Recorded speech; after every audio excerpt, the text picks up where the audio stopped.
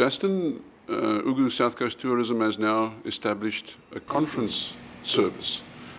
Is that correct? You know, a very big part of the tourism industry is in fact what they call the MICE market: meetings, incentives, conferences and events or exhibitions, depends how you interpret it. And we believe that the South Coast there's a major opportunity for that type of business tourism, if you want to call it that, and conventions and conferences being one of them, especially now that SEMAIR have, should we say, got the service going from OR Tambo, and we believe that the corporates can use our destination more for their own business and conference purposes.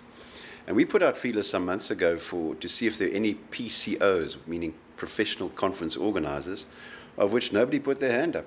Yes, the hotels and the bigger hospitality organizations probably have a lady within their organization to sell conferences.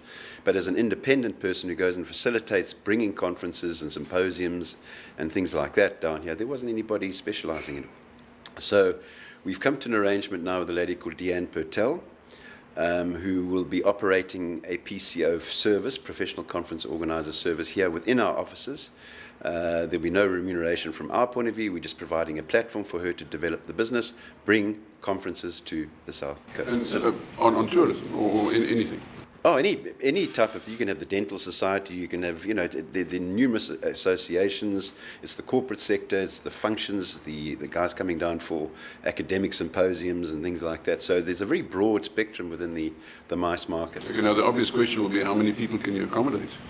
Well, we do have a slight dearth as far as scale of conferencing is concerned. We have a number of establishments that have conference centres, and my understanding is that there is a particular development taking place now in Margate that could be up to about 500, 600 seater, which is quite impressive. Obviously the Wild Coast Sun has a big facility, the San Lemires, and the bigger operators have a number of conference facilities, but we do not see them as being mega like you'd have at the ICC, which goes up to literally thousands. We've got to work to economies of scale.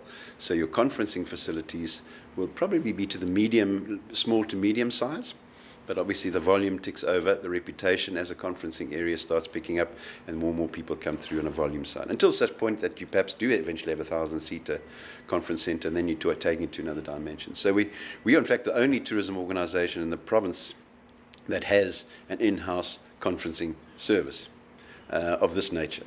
And in America they call them the convention bureaus, which is effectively what we do, but they call them in the States convention bureaus because they see the value of the convention and conference business over there. So is it already up and running? We have a lady in-house here. She's just going through some of the registrations at present.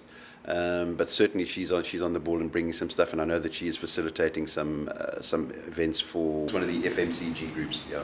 For people watching this, the contact numbers and details? Deanne Pertel, she will be available from our offices here, so people just got to phone Ugu South Coast Tourism and ask for Deanne, or possibly Nikki in the interim, Nikki Tilley, who's also facilitating part of that. And we are soon to be going to Meetings Africa up in Johannesburg as part of a process to enhance that type of business for us on the South Coast. Thank you very much, Justin. Thank you.